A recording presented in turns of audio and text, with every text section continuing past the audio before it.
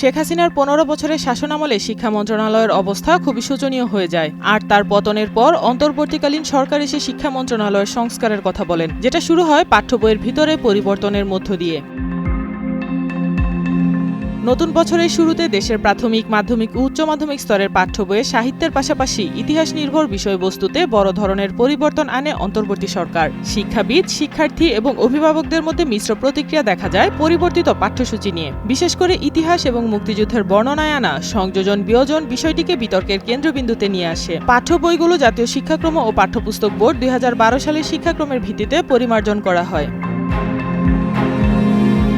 বিশেষ করে বাংলাদেশের প্রতিষ্ঠাতা রাষ্ট্রপতি শেখ মুজিবুর রহমানকে নিয়ে লেখা গদ্য, প্রবন্ধ, উপন্যাস ও কবিতা বা বিষয়বস্তু বাদ দেওয়া হয়। পাঠ্য বইয়ের বিষয়বস্তুর তালিকায় জুলাই আগস্ট আন্দোলনের নানা বিষয়বস্তু সহ নতুন গল্প, কবিতা স্থান পায়।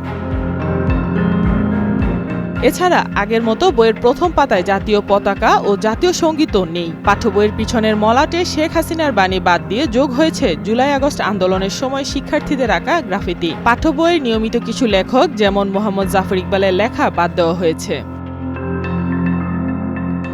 নতুন বইয়ের এমন পরিবর্তন আনার কারণ হিসেবে এনসিটিবির চেয়ারম্যান AKM রিয়াজুল হাসান বলেন, ইতিহাসের সবার সব অবদান নির্মোহভাবে পাঠ্য বইতে তুলে ধরার চেষ্টা করা হয়েছে। তিনি আরও বলেন, মুক্তিযুদ্ধে যারা নেতৃত্ব দিয়েছেন তাদের অনেকের অবদানকে অবহেলা, অবজ্ঞা করে অনেকের বিরুদ্ধে লেখা হয়েছে। পাঠ্যপুস্তকে রাজনৈতিক প্রচার মাধ্যম হিসেবে ব্যবহার করা হয়। এজন্য প্রজন্মের সামনে সঠিক ইতিহাস তুলে ধরা জরুরি হয়ে পড়েছিল।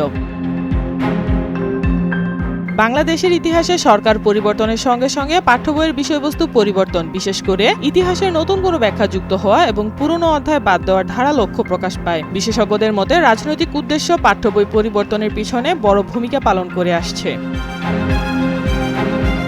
এনসিটিভির চেয়ারম্যান AKM রিয়াজুল হাসান বলেন, আগের বইগুলোতে শেখ মুজিবুর রহমানকে নিয়ে যত কথন হয়েছে সেগুলো বাদ দেওয়া হয়েছে, আর যতটুকু অবদান সেইটুকু উল্লেখ করা হয়েছে। তিনি কোনোভাবে বাতিল হননি। বিগত আওয়ামী লীগ সরকারের টানা প্রায় ১৫ বছরের শাসনামলে প্রতিটি শ্রেণীর পাঠ্য বইতে মুক্তিযুদ্ধ ও শেখ মুজিবুর রহমানের ভূমিকাকে বেশি প্রাধান্য দেওয়া হয়, কিন্তু নতুন বইতে মুক্তিযুদ্ধ, মাওলানা আব্দুল হামিদ খান ভাসানীর অবদানকে বেশি প্রাধান্য দিতে দেখা যায়।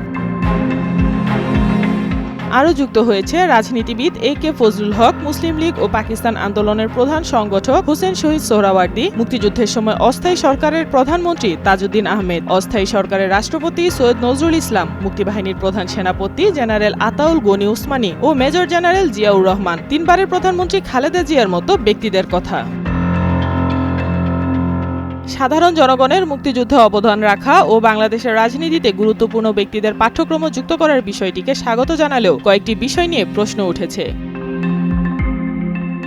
সাইমা আক্তার, নয়াদিগন্ত।